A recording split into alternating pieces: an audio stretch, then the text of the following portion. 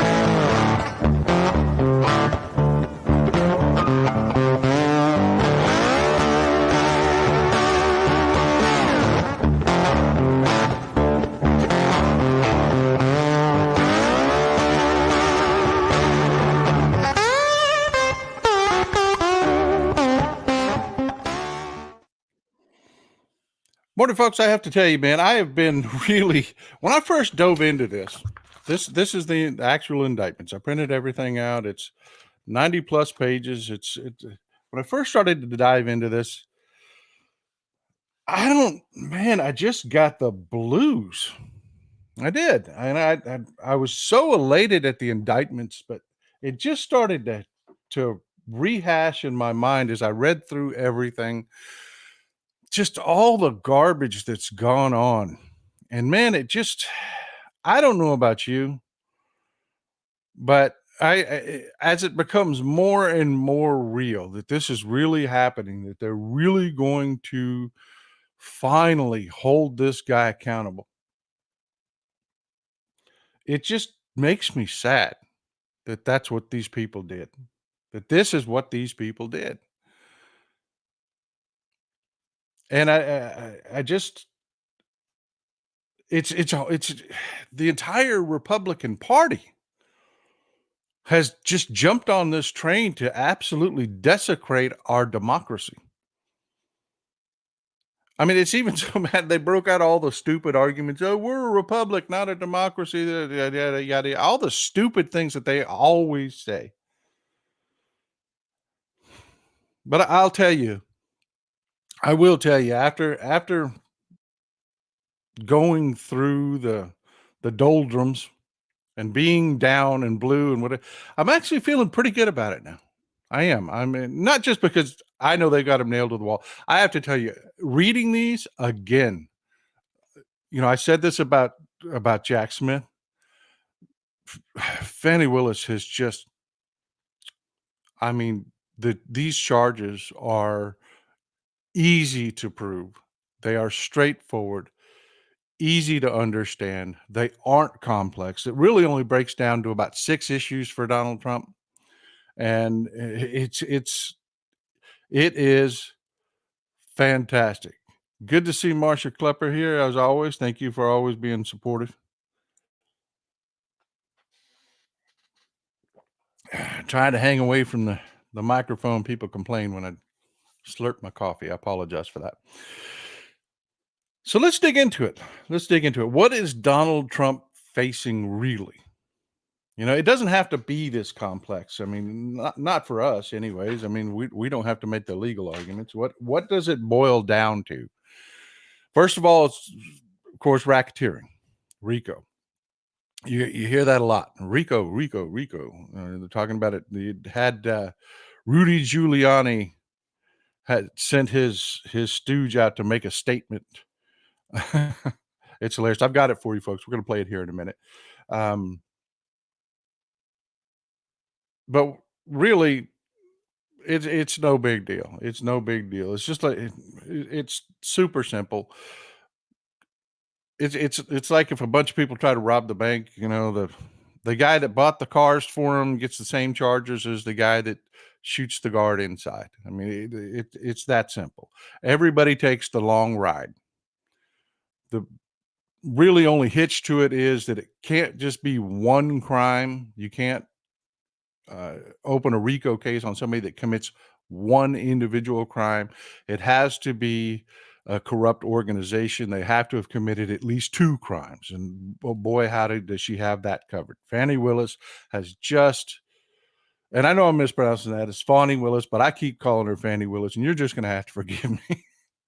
But she has just really boiled this down to the easiest, most straightforward stuff to understand.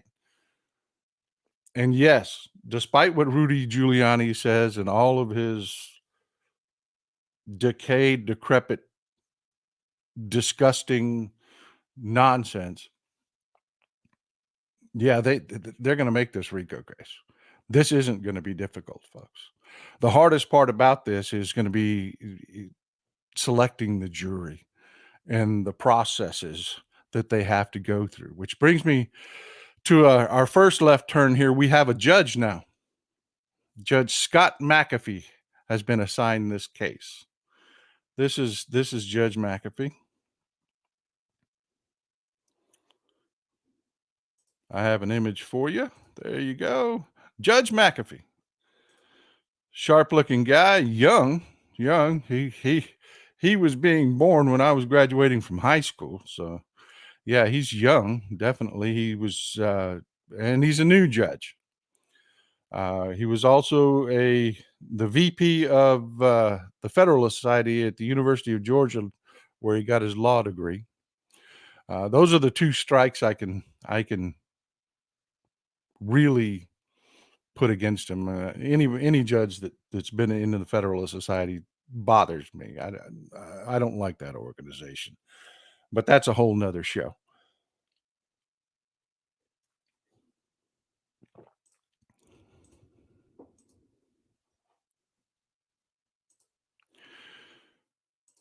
So Scott McAfee, what do we know about him? He was appointed back on February 1st, 2023. Even though he's a young man, he is not ignorant. He is not unaware of the law. He's got a great resume, actually. Trump should be put in a prison farm busting rocks. Absolutely. I agree. When they convict him, and they will convict him, and I don't fear this judge at all, even though he is inexperienced. He's not an Eileen Cannon. He's not a cult member. He isn't.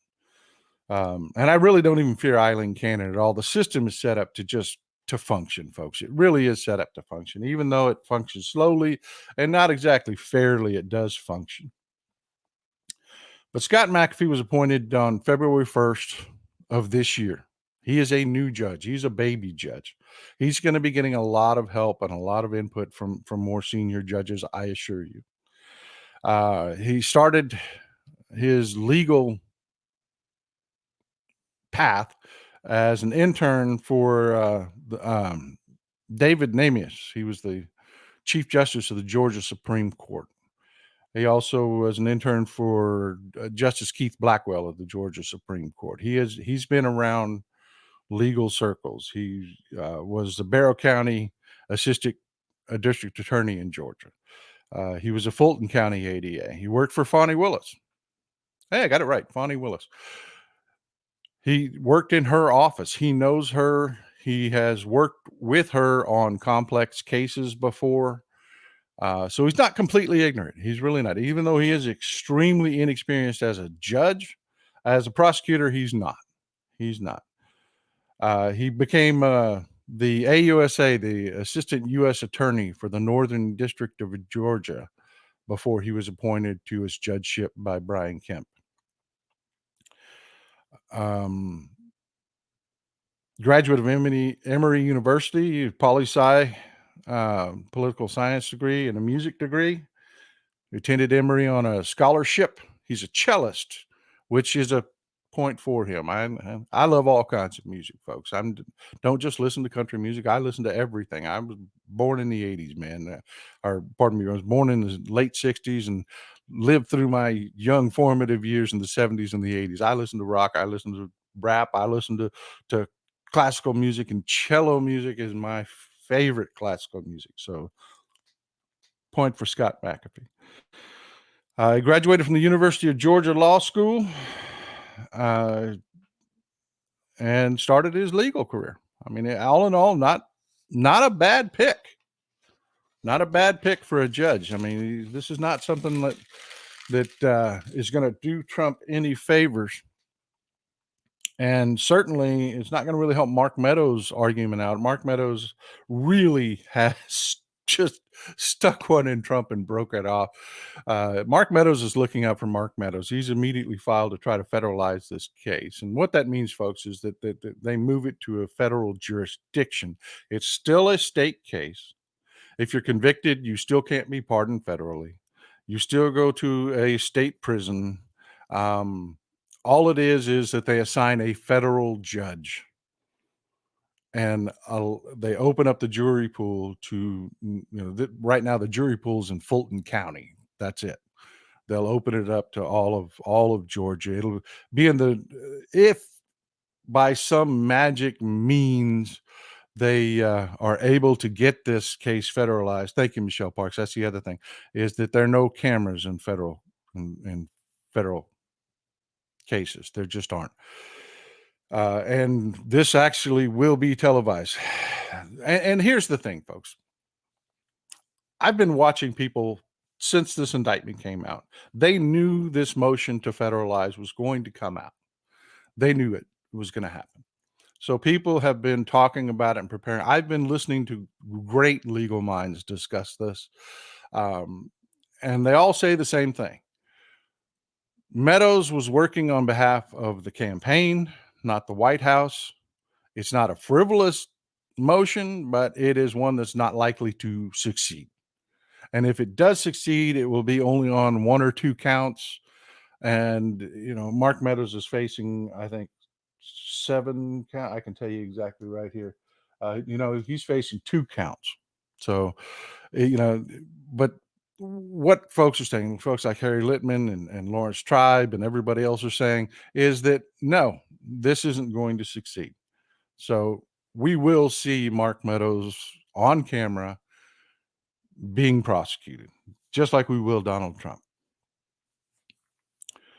He broke it off in Trump, though, because Trump's tactic here is delay, delay, delay, delay. Trump wants to get through and become the Republican nominee before he goes to trial. He doesn't want any of these trials going on. He doesn't want any of these trials to, of course, be resolved before he is the party's nominee, because it's been his goal all along. We know this, to scream that this is persecution, political persecution, when that's absolutely nonsense. Which brings us back full circle to what is Trump actually facing. The second thing he's actually being indicted over is the fake electors plot, where bunch of the local Republican yahoos. There's a guy by the name of Rick Wilson. I don't know if you follow him. If you don't, you should. He's part of the Lincoln Project. He's a former Republican.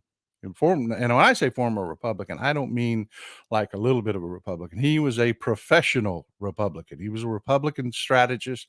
He worked for Republican campaigns. He put together some of the most effective advertising that any Republican candidates have had. The guy's brutal. He really is. And he is completely disgusted with yeah, I agree. Rick Wilson is awesome. I agree with you, Karen Collins. Rick Wilson is awesome. He's still a conservative. He and I, we would not agree on most policy, but he's not insane and he loves his country. So he is basically one of the major forces behind the Never Trumper movement. And eventually that morphed for him into actually leaving the Republican Party. But he had a statement that is going to go down in the history books. You know, when you look at something, you study it in history, there are always these little catch lines. They don't go down to all the details, into all the minutia. They just say this happened, this person that, and this person gave this speech, and you know, William Jennings Bryan and the Cross of Gold speech. You won't hang us on the Cross of Gold. They don't tell you the whole Cross of Gold speech. Rick Wilson will be in the history books for coining the phrase, everything Trump touches dies. And that is a fact. That is a fact. ETTD, hashtag ETTD. You will see it next time you're on that site that we don't use anymore. Do a search for hashtag ETTD. You will see what I'm talking about. Where I'm going with this is the fake slates of electors. This was a plan put together by Cheesebro and John Eastman, but it was facilitated by activists like Ginny Thomas, Supreme Court Justice's wife, Ginny Thomas. They went out to all of these states, and these Republicans poured gasoline on themselves on the local level, poured gasoline on themselves, and lit themselves on fire.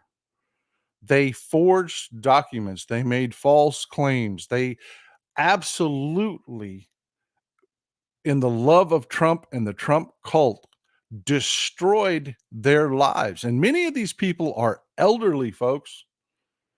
They are elderly. They are not of the age you want to be going to prison. I guarantee you. And these are felonies. Oh my God, these are felonies in Georgia with mandatory jail time. Most of these cases carry a minimum mandatory jail time of 6 months.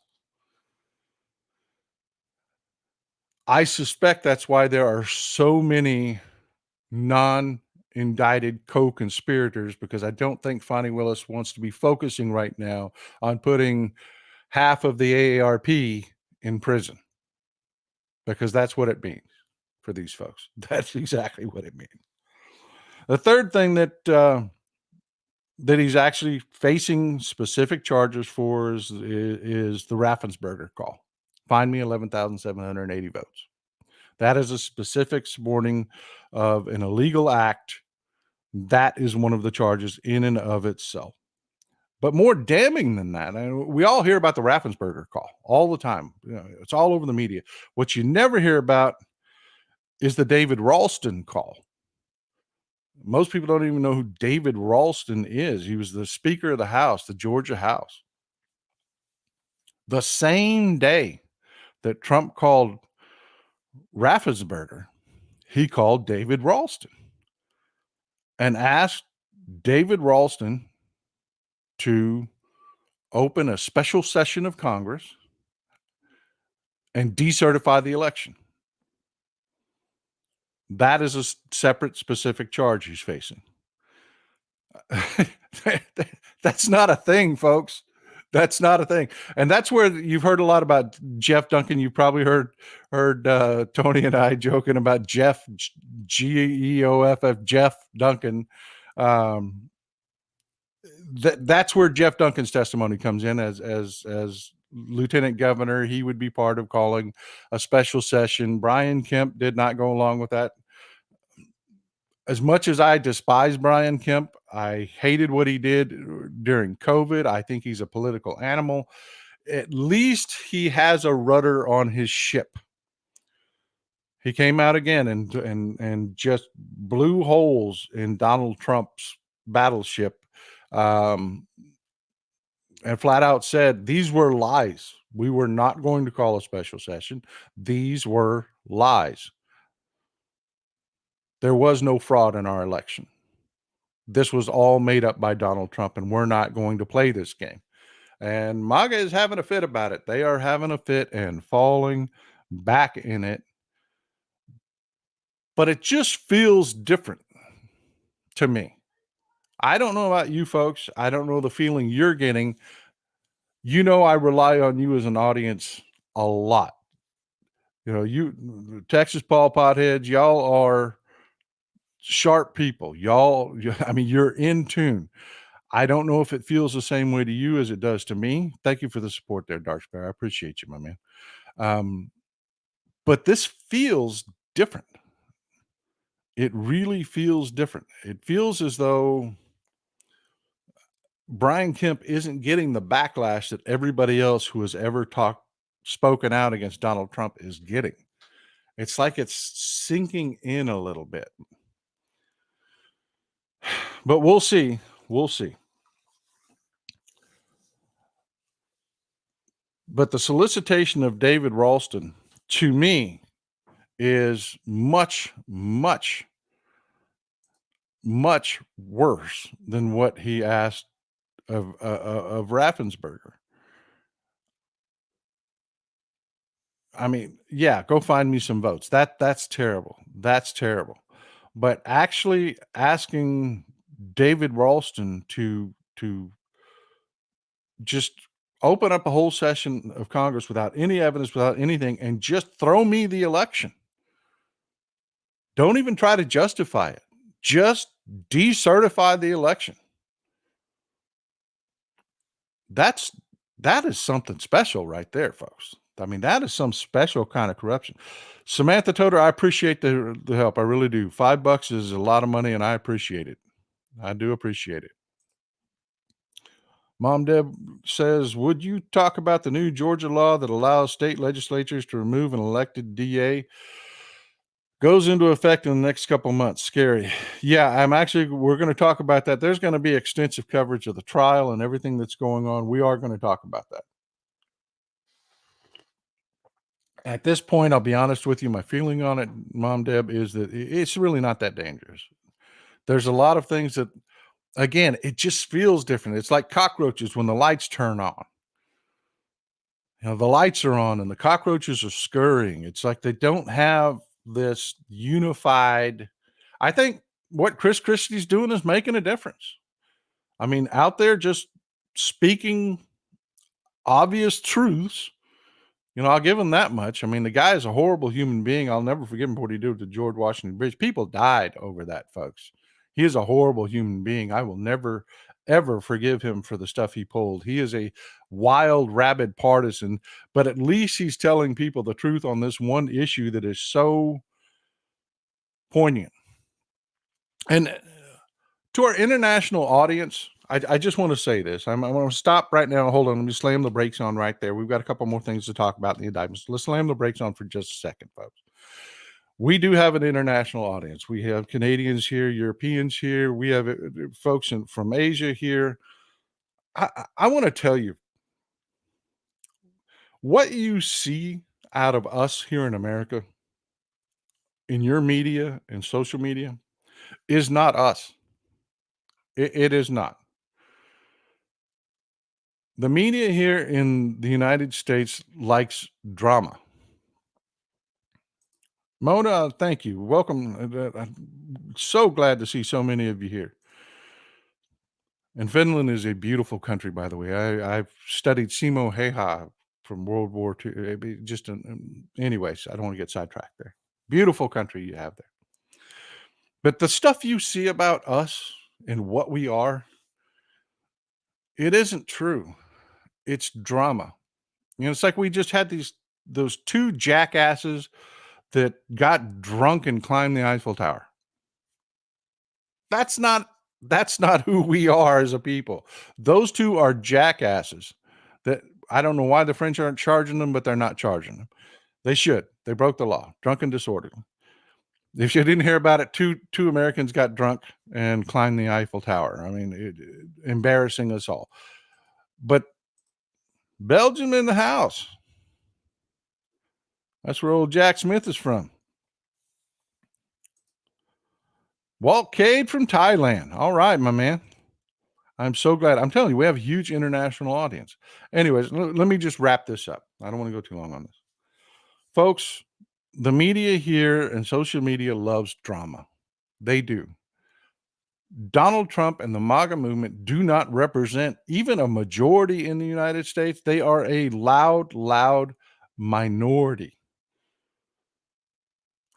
Barack Obama and his decency, his family, the way he speaks, the way he conducts himself, that is your prototypical American. We are not what is portrayed. I just wanted to throw that out there, and I'm so glad you people are here. And I hope that I am exuding and helping in some small way to put out there, yeah, this is us, not what you're seeing. But anyways, the fifth thing that get back to business, the fifth thing that Donald Trump is facing, he filed a lawsuit. Actually, the Kraken. People are focusing on the Coffee County stuff, the where the Sidney Powell worked with cyber ninjas and a couple local elections officials that were, again, go back to everything Trump touches dies. These were local Republicans, election officials that worked with Sidney Powell to access voting machines, access the databases and servers. People are focusing on that. She also filed a lawsuit on behalf of Trump. When you remember, she was actually Trump's attorney of record at one point. She filed lawsuits in Georgia and Michigan on New Year's Eve. They were, as soon as they made their way to court, they were dismissed immediately, out of hand. But she made allegations of voter fraud that were just not true in this lawsuit. And that, again, speaking to RICO, you have to have multiple crimes.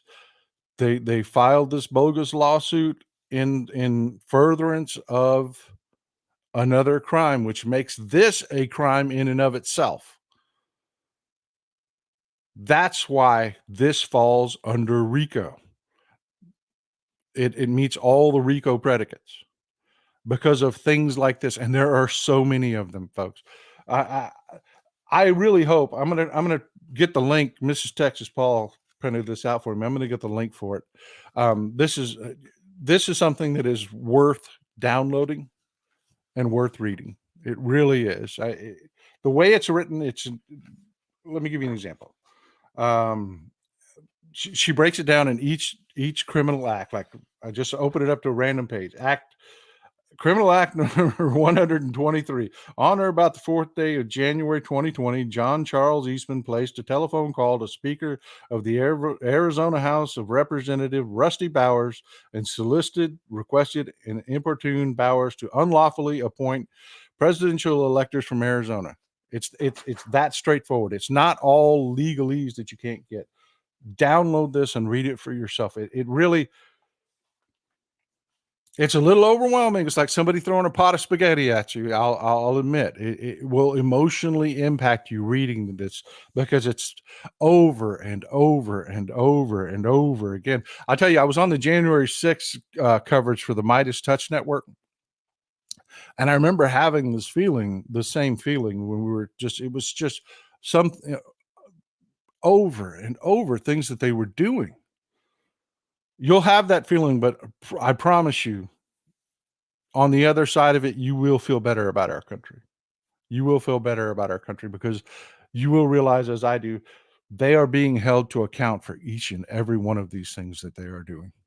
And they are going to prison, folks. These charges have minimum prison time. So on December 31st, the Kraken, Sidney Powell, files a bogus lawsuit. The last thing that Trump is facing legal liability over in Georgia, and they are as simple as straightforward as I'm explaining them, is on September of 2021, he sent a letter to Brad Raffensperger asking him to decertify the election, separate from the phone call. It was a totally separate attempt. And that's really it, folks. It's that simple. It's that straightforward.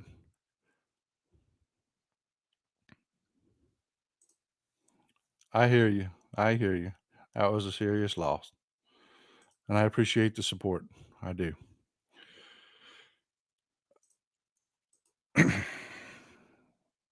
So really, I mean, that's it, folks.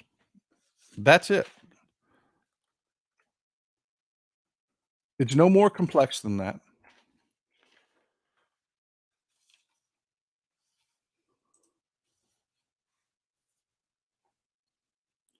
It's no more complex than that. The records are there, the communications are there.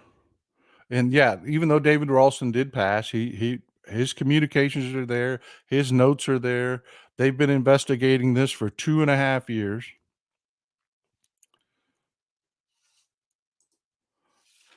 I'm getting this. I'm going to stop for a second. I'm getting this question a lot. JJ Jules says Jenny Thomas and Lindsey Graham aren't mentioned unless they are unnamed co-conspirators.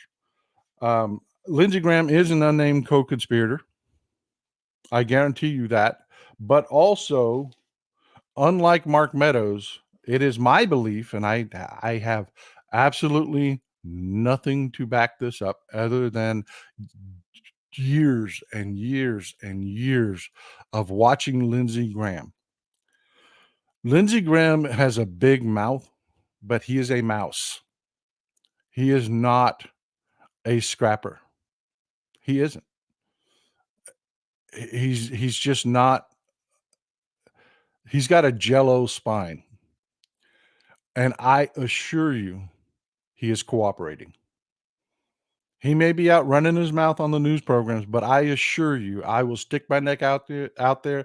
I will make this prediction.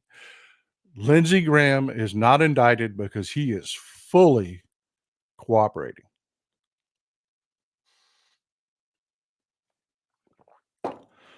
So now that we've had a couple days, let me play you this video. Rudy Giuliani put out a statement through this kid. This poor kid. This poor kid. As you could tell, he didn't even read this statement before he tried to, before he ended up in front of the cameras.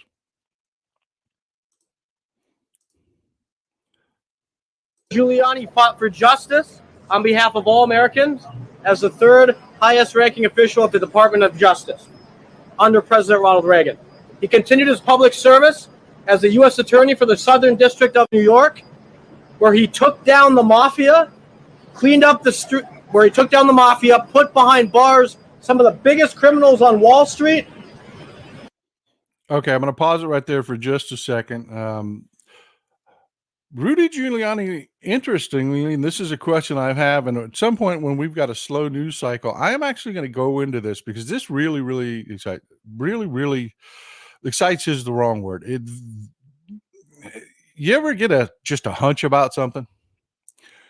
Rudy Giuliani went after the Italian mafia in New York. Rudy Giuliani did not go after the Russian mafia in New York. If you cross the Brooklyn Bridge and you go and head south, you will eventually run into water. And when you see the water, you are standing in a part of New York called Brighton Beach. And Brighton Beach is home to the Russian mafia. They have been, they have been there forever. And interestingly enough, Rudy, which we find out has all kinds of ties to the Ukraine, to Ukraine and Russia, never did go after the Russian mafia. But anyways, let's just finish this up real quick. And cleaned up public corruption, putting public officials behind bars, including a congressman. As mayor, he reduced crime, cleaned up the streets, and comforted the nation following September 11th. Throughout his post-public life, Pause again. That translates to he gentrified New York. He did. Given this much, crime did go way down under Rudy Giuliani. He was a very draconian mayor. It went way down. And but yeah, he gentrified the hell out of New York. He did. J.R. Johnson says, respect to you, sir, and your missus for being such fine people and for your commitment to the country.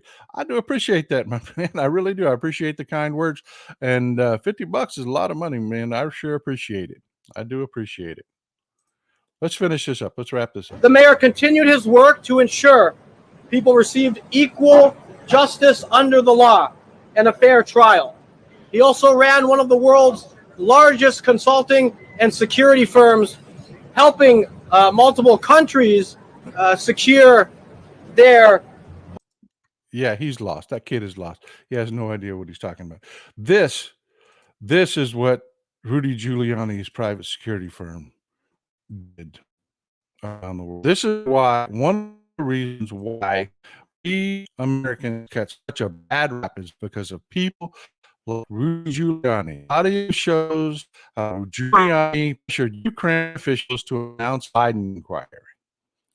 Yeah, that's Rudy Giuliani. He's interfering in the politics of other countries for a bogus BS attempt. They're still trying it, folks. They're still trying to. The Republicans believed that somehow they were going to just come up with this corruption, and it hasn't worked.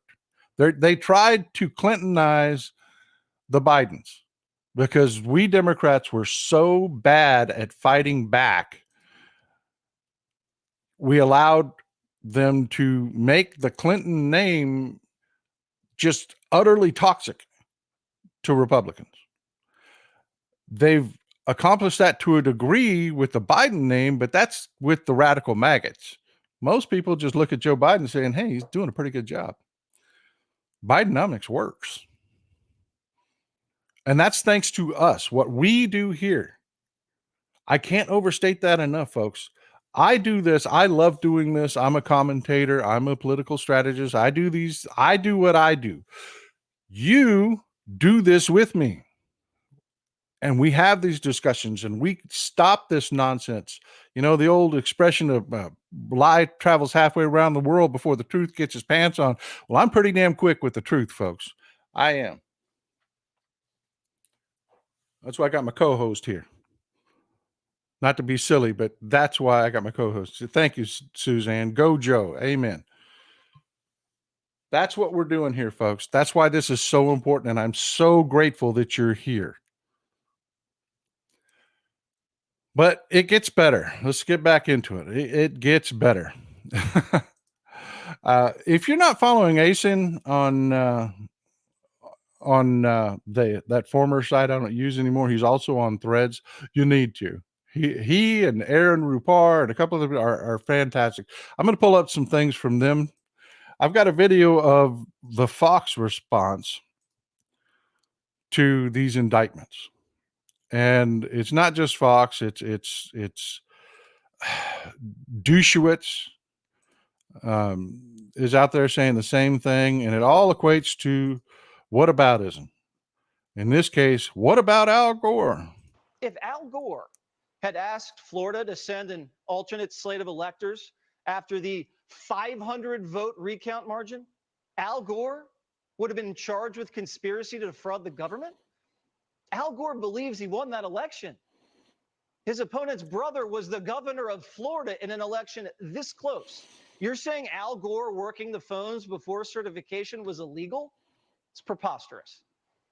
There were alternate electors sent in 1876. There were alternate ones sent in 1960. On advice of counsel, Trump asked Pence to kick it back to the states for recertification, whereas state legislatures are constitutionally empowered to determine elections. Would you believe Fox is getting it wrong? First of all, let's talk about Al Gore. Bush v. Gore in 2000. There were problems in Florida, and the vote margin a victory for George W. Bush was 500 votes. It was 537 votes, a completely surmountable margin. I'm getting there, Lena. I'm getting there. I appreciate it. I'm getting there. A completely surmountable margin. And for those of you that are a little younger than I am and didn't live through this is what folks remember from the 2000 election. We were having recounts. We learned about, we had new words put into our lexicon, like hanging chads. It was new to us. You know, like they said, this happened in 1876, happened again in 1960. But what did we do? What did the two parties do? You know, the Republicans engaged in the Brooks Brothers riot. They were trying to do recounts, get the recount started. The Republicans did everything they could to delay it. And for you younger folks, I want you to know the Republicans sent their congressional staffers to Florida and they rioted. They were banging on the door of the count room down in Miami and just doing everything they could to delay these recounts. They were filing legal challenge after legal challenge, trying to stop these votes from being recounted because there was only a 537 count margin.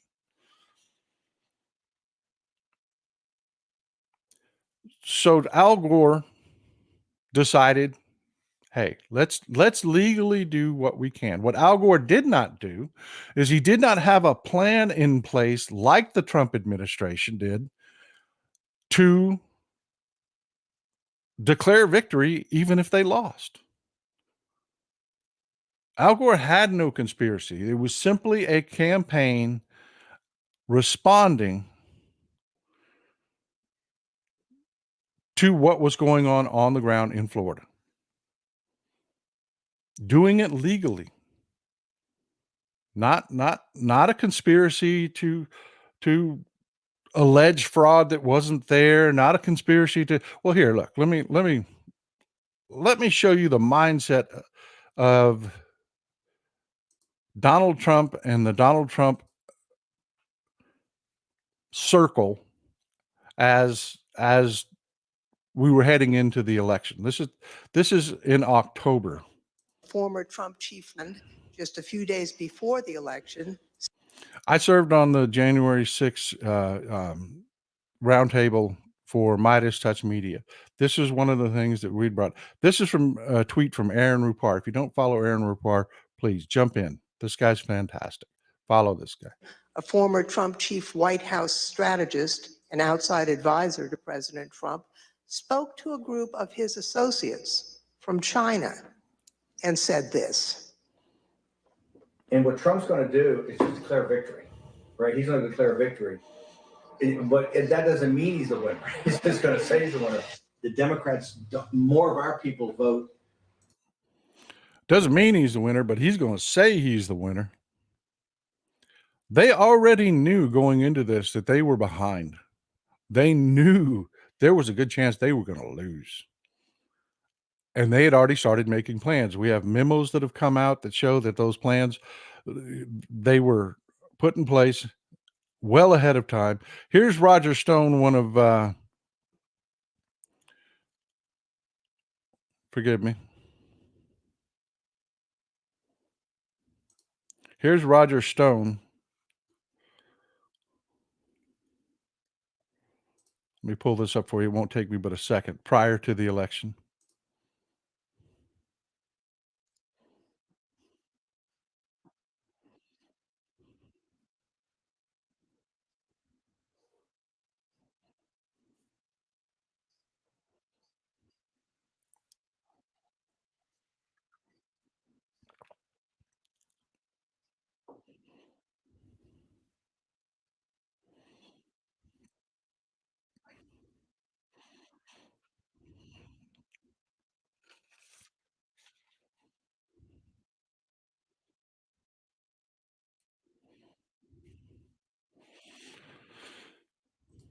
Sorry about the language, folks, but that was the mindset. That was the plan. That was what they were doing going into this. And now we have memos that show that not only did they feel this way, not only did they have this intent, but they actually put things in motion to make sure that when they lost, that they were going to declare victory anyways. They were going to steal this election. They had the plan.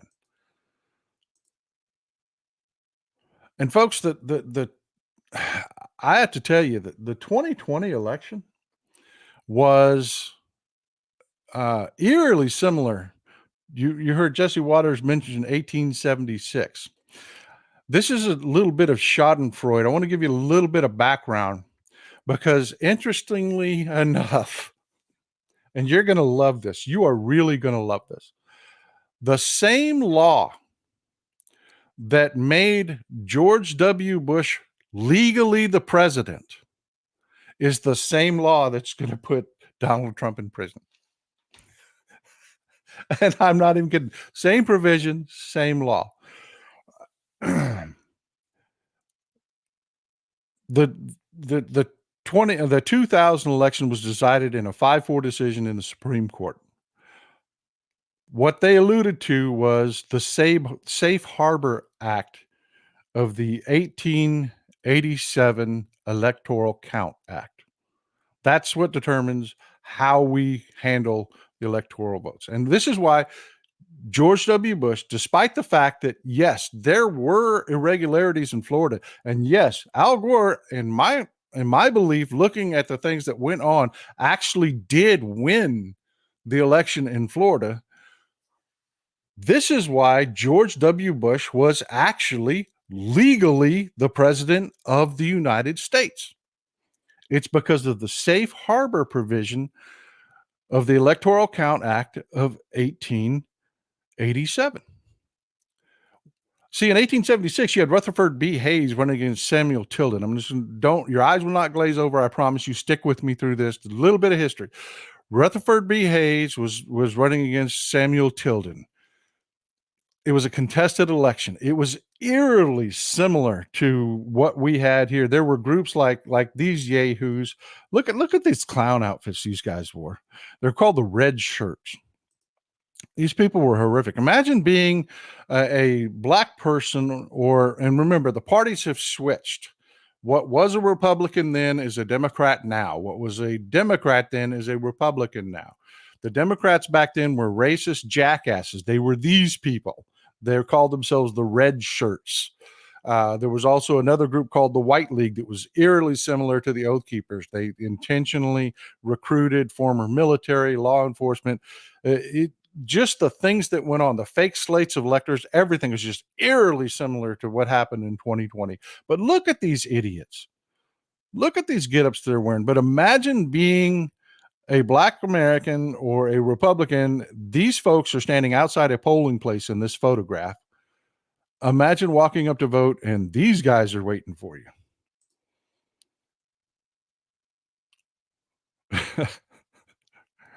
I mean, it's funny now, but it wasn't funny then because they were just brutal. They beat the hell out of people. They lynched people. All of this went on, which led to the compromise of 1877, in which case we sold out black folks. We did. As a country, we sold out black folks. They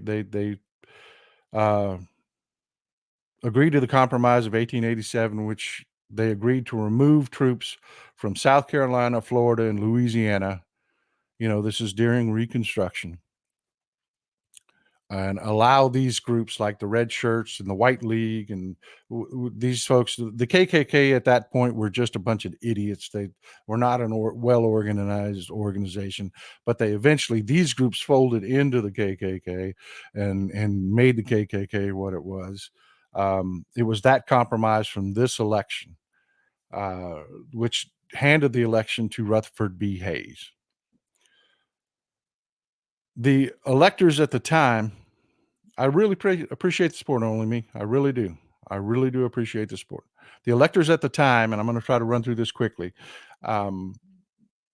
the politicians at the time realized, okay, a lot of these fake electors and all of the stuff is due to outside influence. It was foreign countries trying to force us into chaos for their own political advantage. So they passed the Electoral Count Act of 1887. It took about a decade to get it done because the Democrats at the time, which are now the Republicans of today, were against it. They're all states' rightsy, and they were the weaker party at the time, and they just wouldn't compromise with it. But it got so bad over the next subsequent couple of elections that they said, okay, yeah, we got to do something about this. We've got to do something about this. And part of what they did is part of what it is a Safe Harbor Act. And let me read it to you. Section 2 does not require a state to make a final determination by the date in order for its electoral votes to ultimately be counted by Congress. Rather, the Supreme Court has stated that the section creates a safe harbor insofar as a congressional consideration of its electoral votes is concerned, yada, yada, yada. Okay, what this basically boils down to is, even if there is a contention, the state has counted the votes. They once they count the votes, they certify the election.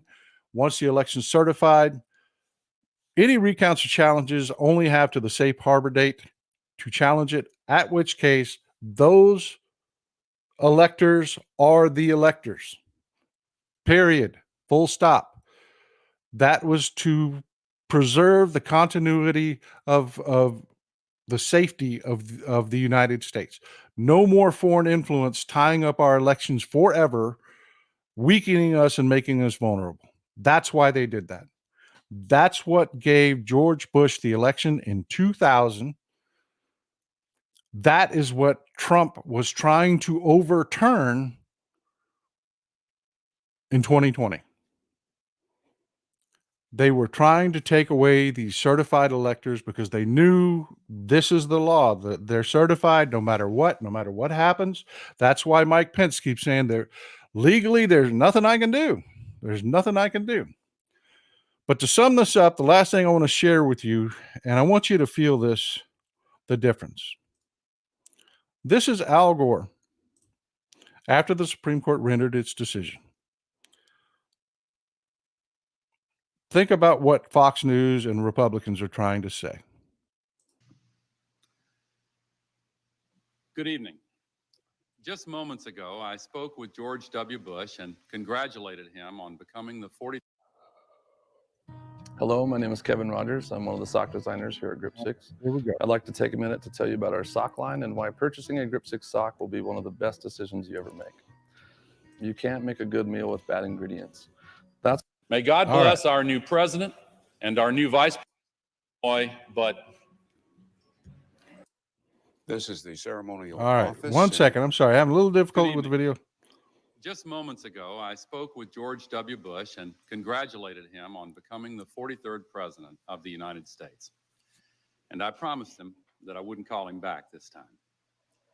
I offered to meet with him as soon as possible so that we can start to heal the divisions of the campaign and the contest through which we've just passed. Almost a century and a half ago, Senator Stephen Douglas told Abraham Lincoln, who had just defeated him for the presidency, "Partisan feeling must yield to patriotism." I'm with you, Mr. President, and God bless you. Well, in that same spirit, I say to President-elect Bush that what remains of partisan rancor must now be put aside, and may God bless his stewardship of this country.